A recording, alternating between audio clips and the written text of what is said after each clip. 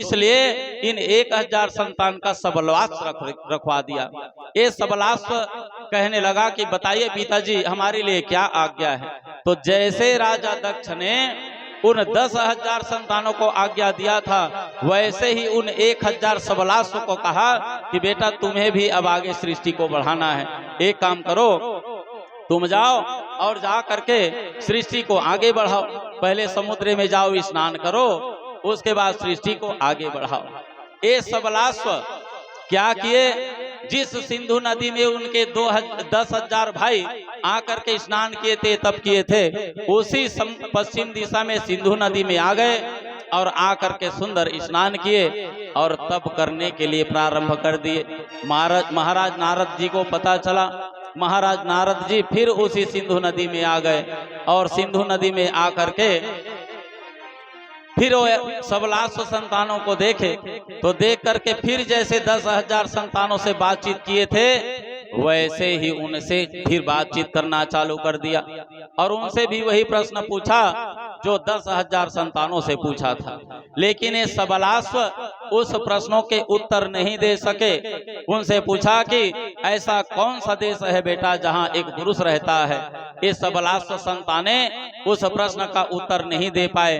नारद जी महाराज जी कहे इस देह रूपी देश में बेटा ईश्वर एक ऐसा पुरुष है जो यहाँ रहता है, इसको नहीं जान पाए। इतना सरल प्रश्न था। फिर दूसरा प्रश्न पूछे ऐसी कौन सी गुफा है बेटा जिसमें प्रवेश तो किया जा सकता है लेकिन वहां से वापस नहीं हुआ जा सकता। फिर ये सबलास संताने नहीं जान पाए, फिर हाथ जोड़ लिए, महाराज हमें मालूम नहीं। तब नारद जी महाराज जी कहे कि महाराज इसका उत्तर ये रहा, प्रभु रूपी जो चरण रूपी गुफा है उसमें एक बार कहीं आपका मन लग गया तो आपकी कई बार जन्म हो जाए फिर भी उससे तुमको मुक्ति नहीं मिल सकती। प्रभु चरण रूपी गुफा है जिसमें घुसा तो जा सकता है फिर वापस नहीं आ सकता, या तो उसमें जाता नहीं और चला गया तो फिर वापस आता नहीं। तीसरा प्रश्न किए महाराज नारद ने ऐसी कौन सी चक्र है बेटा जो हमेशा सिर के ऊपर मंडराता रहता है। ये सबलास संताने नहीं जान पाए, फिर हाथ जोड़ के पूछे। तब महाराज नारद ने कहा कि बेटा काल रूपी चक्र ऐसा है जो हमारे सिर पर हमेशा मंडराता रहता है, कितना समय हमारा सांस बंद हो जाए किसी को पता नहीं। ये काल रूपी चक्र है। जब तीनों प्रश्नों का उत्तर स्वयं नारद जी दिए तब जैसे पहले शर्त रखे थे इनके सामने भी शर्त रखे थे। महाराज नारद ने क्या किया, 1000 फिर संतान जो सबलास थे ये सबके सर को मुड़वा दिया और मुड़वा करके इनको भी वीणा धरा दिया, इनको भी साधु बना दिया। अब साधु बना दिया, राजा दक्ष को पता चले तो यही दुख दाह दहे दिन छाती, भूख न वासर नींद न राती। महाराज जब दक्ष को पता चला तो महाराज नारद को कई प्रकार की गालियां श्राप देने लगा।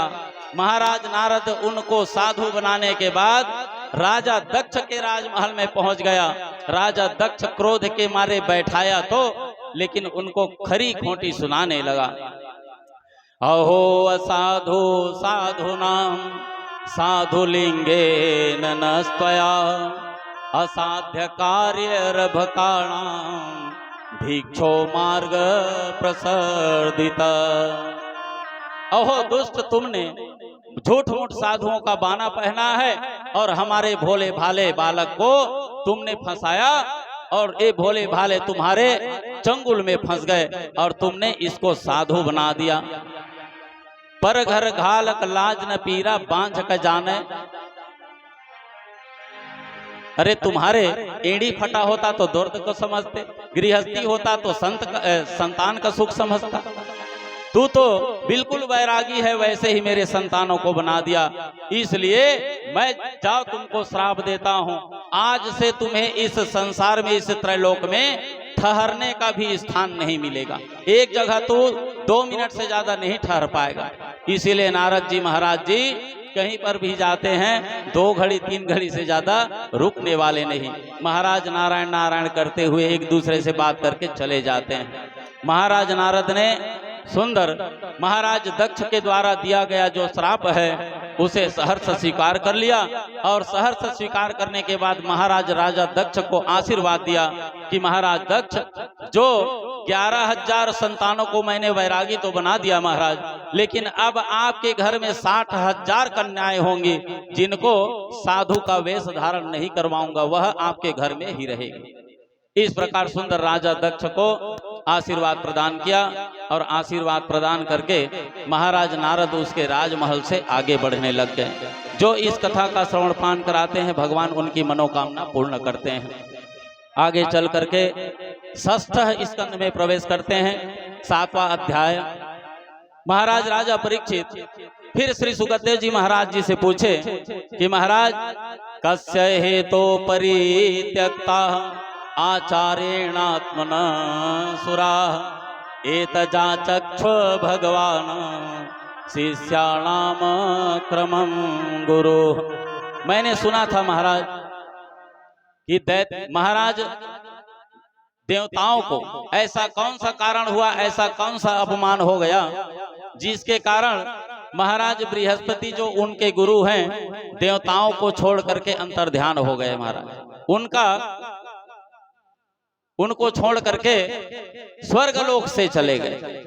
तो महाराज श्री सुखदेव जी कहते हैं कि राजन, एक बार स्वर्ग में सुंदर महाराज इंद्र अपने सिंहासन पर बैठा हुआ है, सची महारानी उनके बगल में बैठी हुई है और सुंदर अप्सरा लोग नृत्य गान कर रहे हैं। महाराज इंद्र को अपने धन का, अपने संपत्ति, अपने स्वर्ग का इतना घमंड हो गया कि नृत्य गीत में ही चूर रहा। और कितना समय महाराज बृहस्पति उनके दरबार में पहुंचा, महाराज को दरबार में आए हुए देख करके भी घमंड में मद में महाराज इंद्र ना अपने सिंहासन से उठा, ना महाराज बृहस्पति को बैठने के लिए कहा, ना कुछ पूछा। महाराज बृहस्पति जो उनके गुरु हैं थोड़ी देर तक के रुके और जब उनका कोई आदर व्यवहार नहीं हुआ तो महाराज बृहस्पति चुपचाप दबे पांव उस इंद्रलोक से वापस आ गए, जहां से आए थे, अपने आश्रम से। आश्रम में आए और वो जान गए कि मैं आश्रम में आया हूं, बाद में उनको पश्चाताप तो जरूर होगा, दुख तो जरूर होगा, मुझे ढूंढने के लिए आएगा। तो इनको सबक सिखाना भी जरूरी है, क्योंकि कोई बहुत बड़ा गलती कर दे तो किसी ना किसी तरह से उनका दंड होना चाहिए, क्योंकि गलती की जब तक के सजा नहीं मिलेगी तब तक के उसके जीवन में सुधार आएगा नहीं, ये प्राकृतिक नियम है। महाराज बृहस्पति ने कहा जब तक के इनको दंड नहीं मिलेगा इनके जीवन में सुधार नहीं आएगा। इसलिए महाराज अपने आश्रम में आया, पूजा पाठ किया और देखते देखते लोप हो गया, अंतर्ध्यान हो गया। बाद में जैसे ही बृहस्पति के आने के बाद यहाँ का जो नृत्य गान चल रहा था अप्सराओं के द्वारा, जैसे ही वह नृत्य गीत समाप्त हुआ, महाराज इंद्र को होश ठिकाना आ गया कि देखो मैं देखता रहा टकटकी लगा के मेरे गुरुदेव आए थे, और देखो मैं अपने धन संपत्ति, अपने राज्य में, इस स्वर्ग के सुख में इतना लिप्त रहा कि मेरे गुरुदेव का अपमान हो गया। ना मैं बैठने के लिए कहा, ना उठने के लिए कहा, ना उसका आदर सत्कार किया। ओहो, मैं कितना बड़ा गलत कर दिया। पश्चाताप होने लगा और तुरंत इंद्र महाराज उनके आश्रम में चले गए। आश्रम में जाकर के देखता क्या है कि वहां महाराज बृहस्पति अंतर्ध्यान हो गए थे। यहाँ महाराज इंद्र और बृहस्पति के बीच में बहुत दिन के बाद जब फिर मुलाकात हुई, अंतर्ध्यान हो गए थे, फिर आ गए थे, तो क्या हुआ था, महाराज इंद्र ने बृहस्पति महाराज को ये कहे थे कि महाराज दैत्य लोग, उनका जो गुरु शुक्राचार्य, उनके पास मृत संजीवनी विद्या है महाराज, और वो जब हम दैत्य और दानव लड़ते हैं तो जब दैत्य लोग मर जाते हैं तो शुक्राचार्य जी महाराज जी जो मृत संजीवनी विद्या जानते हैं उसके माध्यम से राक्षसों को जीवित कर देते हैं। लेकिन महाराज हमारा घाटा होता है, तो हम चाहते हैं कि आप भी मृत संजीवनी सीख करके शुक्राचार्य के पास से आइए, तो हम लोग भी ऐसे ही मरते जाएंगे तो आप मृत संजीवनी के द्वारा जिलाते जाओगे, फिर ना हम लोग मरेंगे ना हमारा कोई घाटा होगा। तो यहाँ पर महाराज बृहस्पति ने उनको मना कर दिया था, तुमको शर्म आती है इंद्र? अरे मैं तुम्हारे देवताओं का गुरु और ये राक्षस के गुरु के पास मैं विद्या अध्ययन करने के लिए जाऊंगा, तुमको लज्जा आती है? हाँ, मैं अपने बेटे जो कच्छ है उसको भेज देता हूँ। तो कच्छ महाराज जी को शुक्राचार्य जी के पास भेजे थे, और वहां से जब महाराज शुक्राचार्य के पास गए तो एक कच्छ महाराज सबसे पहले शुक्राचार्य से मिले, अभिवादन किया और कहा कि महाराज मैंने सुना है कि आपके पास मृत संजीवनी विद्या है और मैं आपका शिष्य बन करके वह विद्या जानना चाहता हूँ, सीखना चाहता हूँ। महाराज शुक्राचार्य कहे आप ये तो बताइए, अपना परिचय तो दीजिए, आप है कौन? तब महाराज कच्छ ने कहा कि महाराज मैं बृहस्पति जो देवताओं के गुरु है उनका पुत्र हूँ महाराज, मैं चाहता हूँ कि आपके पास मृत संजीवनी विद्या सीख लूं। तब महाराज शुक्राचार्य कहे अच्छा बेटा मैं तुमको सिखा तो दूंगा, लेकिन सबसे पहले इस जो परिकर है, जो ये आश्रम है, इसमें जो भी निर्णय लेते हैं मेरी बेटी जो देवयानी है वो लेती है, और वहां जाकर के आज्ञा ले लो, अगर वो कह देगी कि सिखा दो तो मैं सिखा दूंगा। अब ये महाराज कच्छ कहाँ चले गए? देवयानी के पास। देवयानी के पास जैसे ही कच्छ महाराज गए, देवयानी ने जैसे ही कच्छ महाराज के सकल सूरत को देखे तो मोहित हो गए, और मोहित होने के बाद महाराज कच्छ उनके पास बात रखे कि देवी मैं देवराज इंद्र के गुरु बृहस्पति का पुत्र हूँ, मेरा नाम कच्छ है और मैं आपके पिता शुक्राचार्य जी महाराज जी से मृत संजीवनी विद्या सीखने के लिए आया हूँ, और आपके पिता ने परमिशन के लिए आपके पास भेजा है, आप बताइए क्या करेंगे? तो ये देवयानी कहे ठीक है महाराज, आप मृत संजीवनी सीखना चाहते हो तो मेरे पिताजी तो जानते हैं, बिल्कुल सिखा देंगे, चिंता मत करो, लेकिन मेरी एक शर्त है, दक्षिणा आपको मेरे के ही देना पड़ेगा। बाद में कोई मंत्र तंत्र भी सीखता है तो पाठ पीढ़ नहीं उठातेगा, तो बोला कुछ न कुछ देल पड़ते। तो यही नियम है, आप विद्या अध्ययन किए हो तो जब पाठ पीढ़ा लोगे स्वयं करने के लिए तो उसके बदले कुछ न कुछ गुरु दक्षिणा देना पड़ता है, तो गुरु दक्षिणा बाद में दे देना। अब एक कच्छ महाराज तो चले गए शुक्राचार्य के पास। अब शुक्राचार्य के पास मस्त विद्या अध्ययन कर रहे हैं मृत संजीवनी की। अब उनके जो जितने भी दैत्य हैं, राक्षस लोग हैं, इनके मन में कपकपी चालू हो गई कि ये कौन है जो शुक्राचार्य महाराज जी के साथ में बैठकर विद्या अध्ययन करता है। इनके गुप्तचरों से मालूम हुआ कि साक्षात देवराज इंद्र के गुरु के बेटा कच्छप हैं, और ये मृत संजीवनी सीखने के लिए हमारे गुरुदेव के पास आए हैं। इनके मन में जलन लगने लग गई कि अगर ये मृत संजीवनी विद्या सीख करके घर जाएगा देवराज इंद्र के पास, हम लोग युद्ध होंगे तो हम लोग मार देंगे और ये लोग फिर से जीवित हो जाएंगे तो घाटा हमारा है। तो ये राक्षस लोग 2-4 दिन हुआ कि राक्षस लोग प्लान बनाए, बैठ करके कमेटी बनाए, अब इसका क्या करना चाहिए, ये मंत्र बिल्कुल मत सीखे, यहाँ से सीख करके नहीं जाना चाहिए। अब ये कच्छ महाराज का रोज का नियम था, भैया गुरु का सेवा करोगे तभी तो मेवा पाओगे। ये कच्छ महाराज जंगल में जाता, समिधा लाता, और शुक्राचार्य महाराज जी हवन करते थे, उसके लिए लकड़ी लाता था, बस पूजा पाठ की पूरा सामग्री तैयार करके रखता, रोज का नित्य नियम बन गया।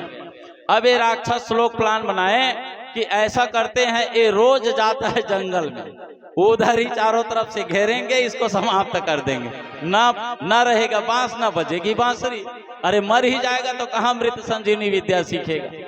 ये सोच करके एक दिन मस्त प्लान बनाया, बिल्कुल टाइम देख लिया कितना बजे कच्छ जाता है जंगल में, और जंगल में जैसे ही प्रातः कालीन हुआ, एक कच्छ महाराज स्नान किया और अपने गुरुजी शुक्राचार्य के लिए समिधा लाने के लिए बीच जंगल में चला गया।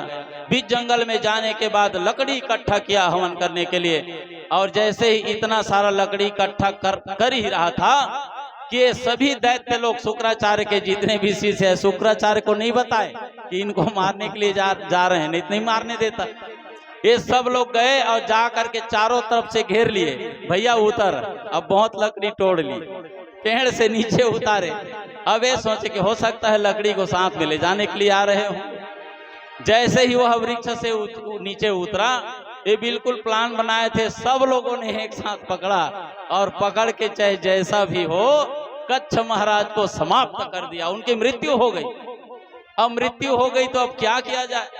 ये राक्षस लोग सोचे जितना लकड़ी इकट्ठा किया इसी में इसको जला देते हैं, और लकड़ी इकट्ठा कर लिए, और लकड़ी इकट्ठा करके जैसे आदमी को, व्यक्ति को चीता में लेटाया जाता है, वैसे ही महाराज कच्छ को चीता में लेटा दिया और उसको बिल्कुल भस्म बना दिया, जला दिया। और भस्म बना करके उसके राख को क्या किया, एक कलश में रख लिया और चले गए सभी लोग आश्रम। आश्रम में जाने के बाद इनको इतना प्रसन्नता है आज कि देखो देवताओं के गुरु बृहस्पति का जो पुत्र आज मृत संजीवनी के लिए आया था, आज इनको हमने विफल कर दिया। और देखते देखते महाराज ये सभी राक्षस मिल करके क्या किए, वो जो कच्छ को जला करके राख बनाए थे उनका शरबत बना दिए। जैसे शक्कर पानी मिला करके शरबत बनाते हो, वैसे ही पेस्ट शरबत बना दिया। और शरबत बना करके उस कलश के घड़े को लेकर के किसको ले जा करके दे दिया, महाराज शुक्राचार्य को।